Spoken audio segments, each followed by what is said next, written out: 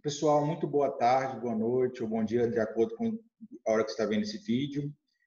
Hoje nós vamos trabalhar o capítulo de propriedades coligativas, que vai da página 416 até a página 428. A metodologia que utilizamos hoje aqui para esse material vai ser o nosso livro digital, beleza?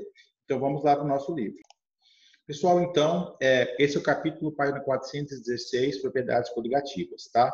Então, prosseguindo. Vamos lá, um pouquinho a introdução. O capítulo vai falar sobre o quê, pessoal? Vai falar sobre as propriedades, no geral, de líquidos e como elas são alteradas pela presença de um soluto. Como assim, professor? Temperatura de ebulição, pressão osmótica, pressão de vapor, temperatura de congelamento, são valores que cada substância tem o seu valor específico, certo? No entanto, quando eu adiciono algum soluto a essa substância, a sua propriedade fica alterada. Então, o estudo das propriedades coligativas é uma análise de como esse soluto vai alterar a temperatura, por exemplo, a temperatura de congelamento, a temperatura de ebulição de determinado líquido, certo? Lembrando que não está restrito a um líquido específico. É um trabalho para todos os materiais, certo? Todos os materiais líquidos sofrem esses efeitos de acordo com que eu vou adicionando alguma outra substância no solvente puro, certo? Pessoal, só uma dica rápida. Se eu tenho uma mistura, eu sempre vou ter um solvente e um soluto, certo? Qual que eu vou considerar solvente, qual que eu vou considerar soluto? O solvente, pessoal, vai ser aquele que eu sempre tenho em maior quantidade. Então, escreva isso em um cantinho de seu livro aí. Solvente é aquilo que eu tenho em maior quantidade. Então, o que nós estudaremos aqui agora é como as propriedades dos solventes são alteradas pela adição de soluto. Solutos são aqueles que estão em menor quantidade, como, por exemplo, quando eu coloco sal na água. Com a presença desse sal, vai alterar as propriedades da água. Beleza? Prosseguindo, galera. Vou falar um pouquinho sobre o tema pressão de vapor, que não é exatamente sobre propriedades coligativas, mas é um valor que você precisa entender e um conceito necessário para o desenvolvimento do nosso capítulo. Então, pressão de vapor é o quê, pessoal? Se você observa aqui a figura, você vai ver que eu tenho duas setas, uma para cima e outra para baixo. E essa figura está representando o quê? É um líquido que está contido dentro de um compartimento. Esse líquido contido nesse compartimento, se eu, por exemplo, coloco aqui uma chama para aquecer, você vai ter dois fenômenos ocorrendo. O primeiro deles, natural, é o quê? A evaporação das partículas do líquido que vão subir para a fase gasosa, certo? Essa fase branca aqui da figura, certo? Então, com o passar do tempo, algumas partículas vão condensar-se novamente e voltar para o seio do líquido, o interior do líquido, perfeito? Então, pessoal, isso vai acontecer continuamente a uma certa velocidade. Eu vou ter uma velocidade que as partículas vão evaporar, sofrer vaporização, e as partículas vão, e uma velocidade que as partículas vão se condensar. Quando essas duas velocidades, tanto a de saída das partículas do líquido quanto a de retorno, se igualam, quando as velocidades são iguais, eu digo que eu tenho equilíbrio. Ok, galera? Então, no momento que eu atinjo o equilíbrio e meço a pressão pode ser por esse tipo de manômetro, certo? Esse manômetro aqui é um manômetro de desnível. Lembrando que manômetro é o quê? É um dispositivo para medir a pressão em qualquer situação, em algumas situações aqui. Esse tipo aqui, ele mede pelo desnível, certo? Então, quando eu tenho o equilíbrio atingido, o manômetro vai indicar uma pressão. E essa pressão é exatamente a pressão de vapor, certo? Estou recapitulando, a pressão de vapor é aquela pressão que eu consigo medir quando o equilíbrio entre a vaporização e a condensação são atingidas, beleza? Cada líquido tem sua pressão de vapor específica. A água tem a sua, que é 17,5 miligramas de Hg, e o álcool tem o seu, que é 44 miligramas de Hg. Então, é uma propriedade específica daquele material. Um dado interessante de citar, pessoal, é quando o líquido, quando a pressão de vapor ela se iguala à pressão atmosférica, o líquido entra em ebulição, certo? Só diga-se passagem, a pressão atmosférica, a nossa atmosfera, ela é igual a 760 miligramas de mercúrio. E perceba que quando eu rebato aqui na pressão de vapor, ó, qual que é a temperatura? 100 graus Celsius. E esse é o nosso conhecimento. 100 graus Celsius é a temperatura que a água começa a ferver, beleza? Então, quando a pressão de vapor é igual à pressão atmosférica, aquele líquido começa a se ebulir, ou seja, entra em fervura. Pessoal, prosseguindo então, entendido a pressão de vapor, vamos prosseguir com o estudo do diagrama de fases. O que é o diagrama de fases, pessoal? O diagrama de fases é um gráfico que me demonstra em qual fase aquele material está. Por exemplo, água. Quando eu coloco a água a uma determinada temperatura, é uma determinada pressão, qual que vai ser o estado físico da água? Se eu coloco, por exemplo, digamos, hipoteticamente aqui eu tenho 0 graus Celsius e 1 atm. Então aqui, ó, eu vou parar em qual região do gráfico? Na região de sólido, certo? Então, o gráfico de diagrama de fase serve para me indicar em um par de pressão e temperatura qual o estado físico que eu estou, beleza? Algumas informações importantes do gráfico de diagrama de fases. A primeira delas, pessoal, a primeira delas é que, perceba que eu tenho aqui uma curva, uma linha que separa as duas regiões. Essa linha aqui é justamente os valores de ponto de mudança de fase. Como assim, professor? Não entendi. Veja bem, ó. Veja bem, qual que é a mudança de fase que acontece aqui entre sólido e líquido? Qual que é a mudança de fase que acontece entre sólido e líquido? Se você falou fusão, exatamente, é a fusão, certo? Quando o gelo sai de sólido para líquido. Então, ó, por exemplo, a 1 atm, qual que vai ser a temperatura de fusão do material? Exatamente essa informação que o ponto aqui vai me fornecer. Eu vou rebater nos eixos aqui e vou encontrar as temperaturas de fusão, certo? A temperatura de quê? De ebulição, no qual a água passa, água não, qualquer líquido passa para o estado de vapor. E aqui eu tenho o processo de sublimação, onde o material sólido passa para vapor diretamente, certo? Então, as linhas representam as mudanças de fase. Lembre-se que, durante a mudança de fase, eu vou coexistir tanto uma fase quanto outra. Ou seja, esse ponto aqui que está no meio das fases, pertencente à linha, ele vai ter tanto líquido quanto vapor. Beleza? Outra informação importante. Veja que eu tenho aqui um ponto que é o encontro das três retas, das três linhas.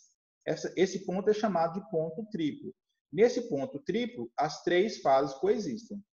Tanto líquido, quanto sólido, quanto vapor. Há um equilíbrio entre elas, certo? E é um ponto específico de cada substância.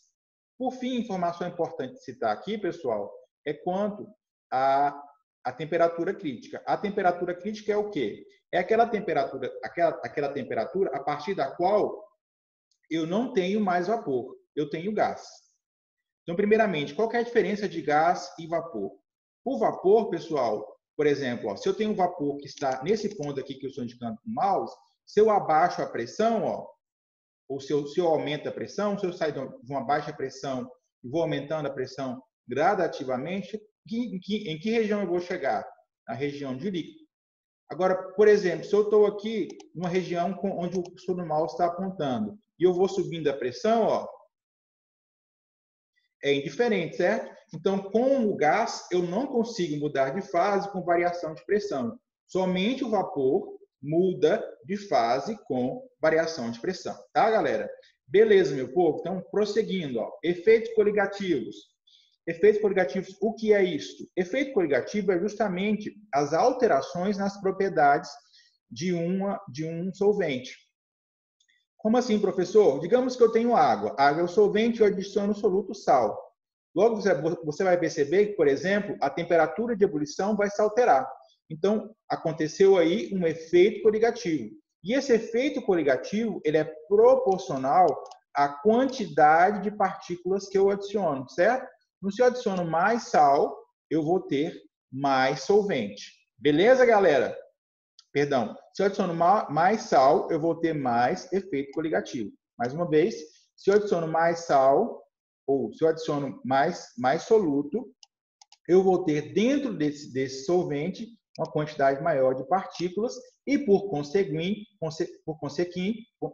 consequência, perdão, eu vou ter um efeito coligativo maior. Beleza, galera? Prosseguindo aqui, ó. Um fato interessante de se reparar, pessoal, é que no cálculo de substâncias moleculares, ou seja, substâncias que fazem somente ligação covalente, eu não tenho nenhuma alteração durante os cálculos. Por quê?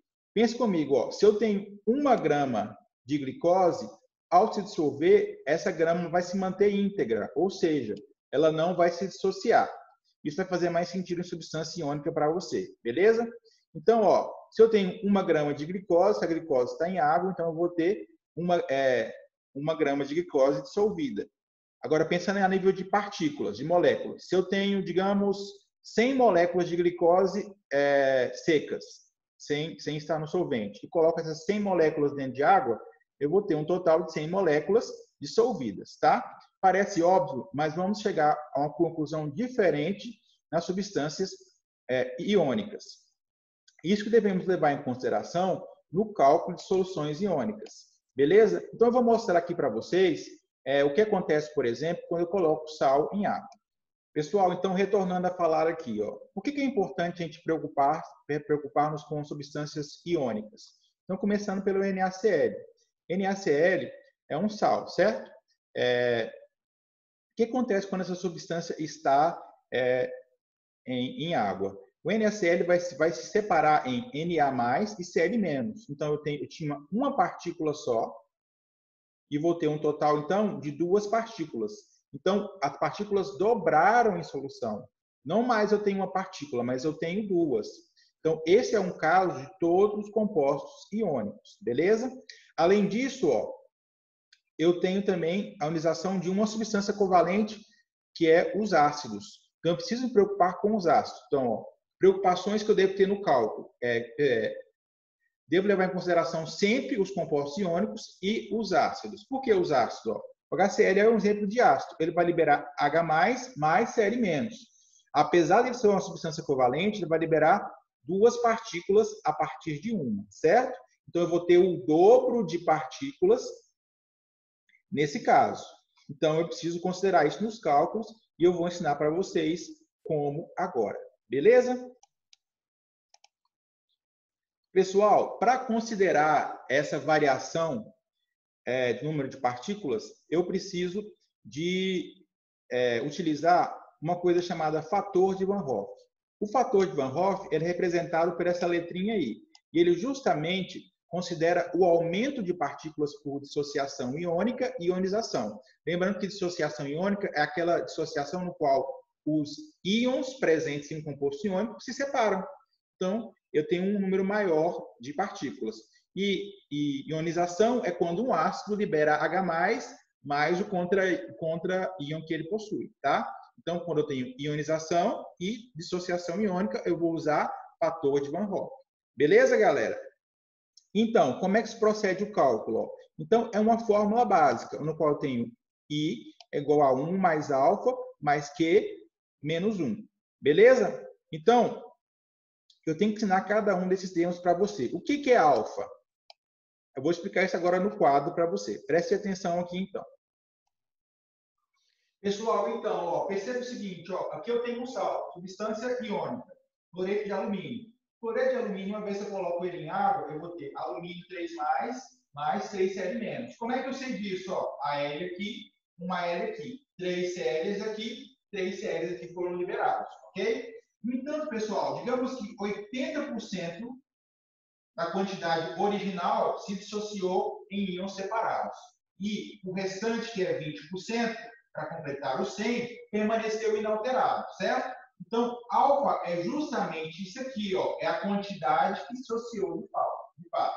Beleza? E é esse alfa que vocês vão colocar na equação, ok? Além disso, pessoal, vamos contar a quantidade de íons que foram liberados. Ó, perceba que eu tenho um aqui e 3 íons liberados aqui, certo? 1, 2, 3, 4. Então, ó, tem um total de 4 íons liberados. E esse aqui vai ser justamente o meu valor de Q que eu vou colocar na equação.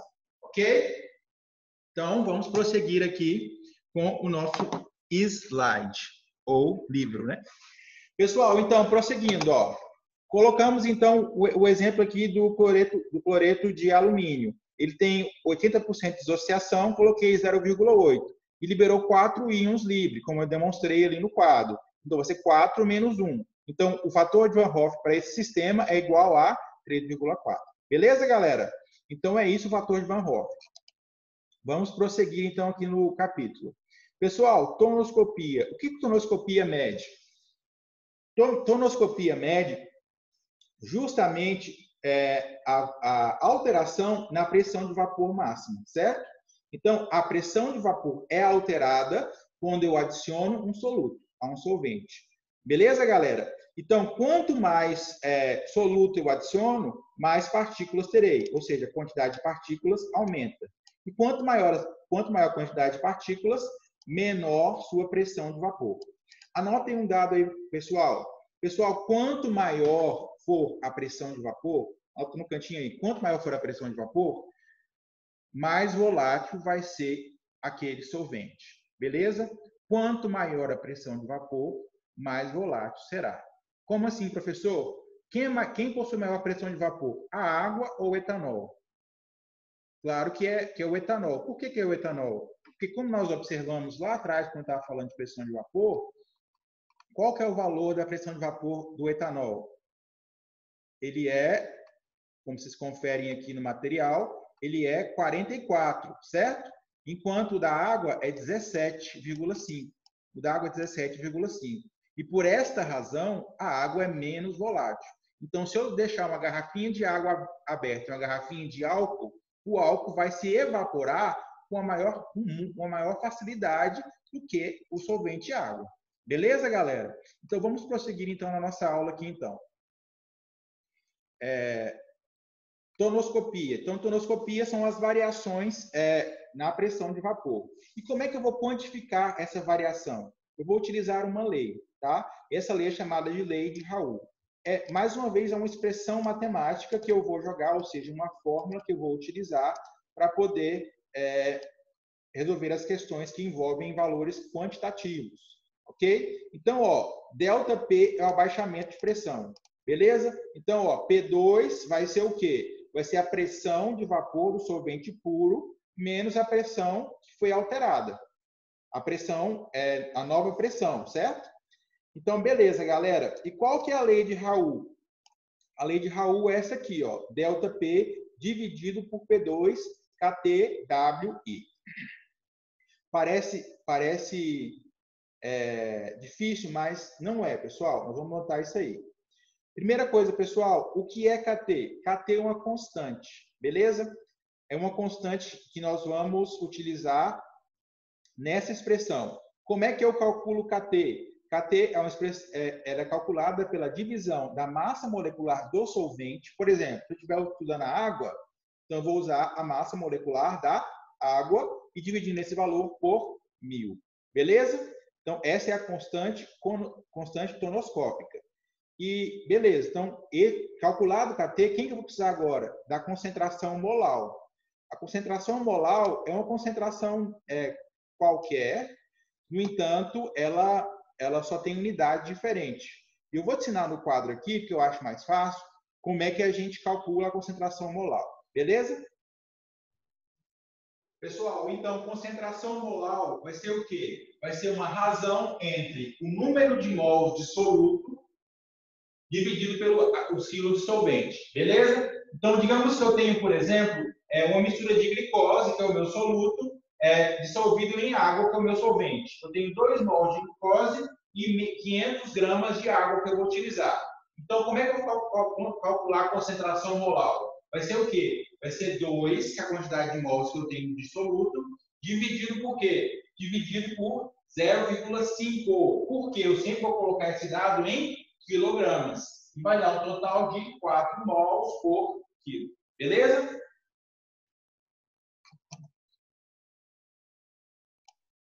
Pessoal, então, continuando aqui, Vamos fazer um exemplo aqui que está no livro mesmo. Ó. Então, ele tem 18 gramas de glicose e 80 gramas de água a 40 graus Celsius. Como é que ele vai calcular isso aqui? Ó? ΔP é o quanto variou, certo? P2 é a pressão do solvente puro, KT vai ser o valor da constante e W é a concentração molar. Beleza? Então, ó, primeiramente, tem vários dados na questão. Ó. Qual que é a pressão de vapor da água? 53,3. Então, eu coloco 53,3 no lugar de P2 aqui, certo? Qual que é o meu valor de KT? O valor de KT ele já calculou direto aqui pela fórmula. Vai dar o quê? 0,018 kg por mol. Como é que ele chegou a esse valor? Porque ele deu a massa molar da água, 18, já fez a conta através dessa expressão aqui. Ó. Beleza? Pessoal, continuando. Ó. Agora ele colocou o quê? Ele colocou a quantidade de mol, só que ele, no caso, ele só omitiu um cálculo rápido aqui. Ó. Por quê? Massa dividido pela massa molar, eu vou chegar em quê? Em número de mols. Então, aqui, ó, 18 gramas dividido por 180 gramas. Eu vou ter a quantidade de mols, beleza?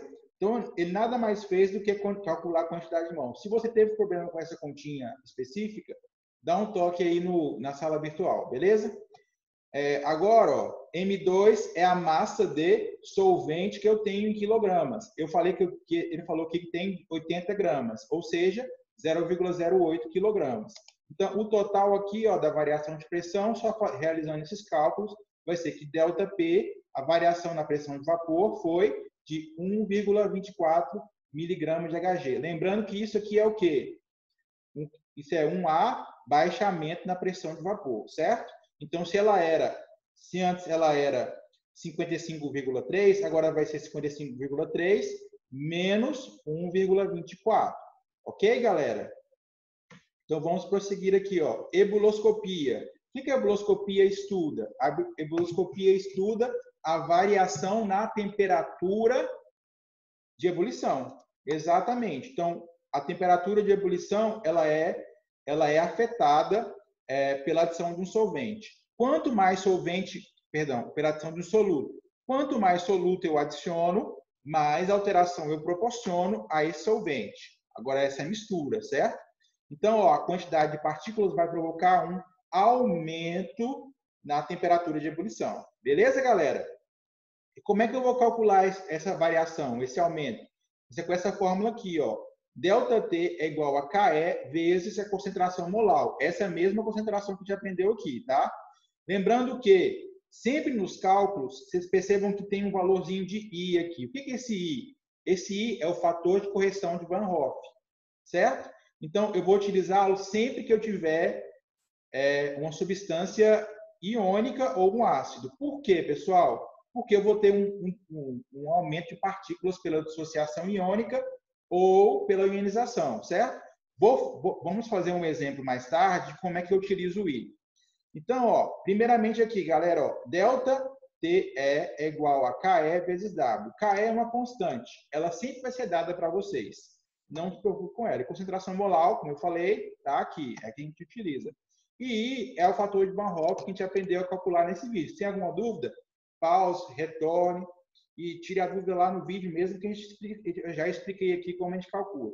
Então, vamos fazer um exemplo. Ó. Eu tenho 180 gramas de glicose, que é adicionada a 250 gramas de água. Então, a primeira coisa, eu preciso pensar, qual que é a concentração molar? Então, ó, 180 gramas dividido pela massa molar, eu vou obter quem? Eu vou obter a minha quantidade de mols, certo? Agora, faltou o quê? Faltou dividir pela massa de solvente, que é igual a quanto? 0,25, que é igual a 250 gramas. Então, em vez de colocar 250 gramas, eu sempre coloco o valor em quilogramas. Beleza, galera? Então, se vocês fizerem esses cálculos, vão perceber que o quê? Ó, a concentração molar é 4 mols por quilograma. Beleza? Prosseguindo, então, galera. Operando com esses cálculos, vamos utilizar agora a equação que a gente viu aqui, que ΔTE é igual a KE vezes W. KE está onde? KE é dado, não se preocupe. 0,52. Eu coloco 0,52 aqui na equação. Qual que é o meu valor de concentração Molar, 4. Coloquei 4 aqui. Então, ó, mamão com açúcar. Só fazer a multiplicação e obter. 2,08 foi o aumento. Lembrando que o novo valor vai ser sempre o valor puro mais o 2,08. Por que mais? Porque foi um aumento. Beleza, galera? Então, prosseguindo aqui, ó, crioscopia. A crioscopia agora vai estudar o quê? Ela vai estudar justamente a variação na temperatura de congelamento, ok?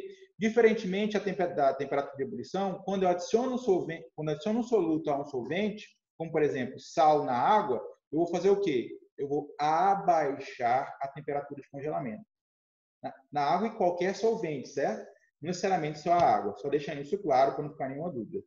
Então, por exemplo, se eu tenho, vamos continuar no exemplo da água.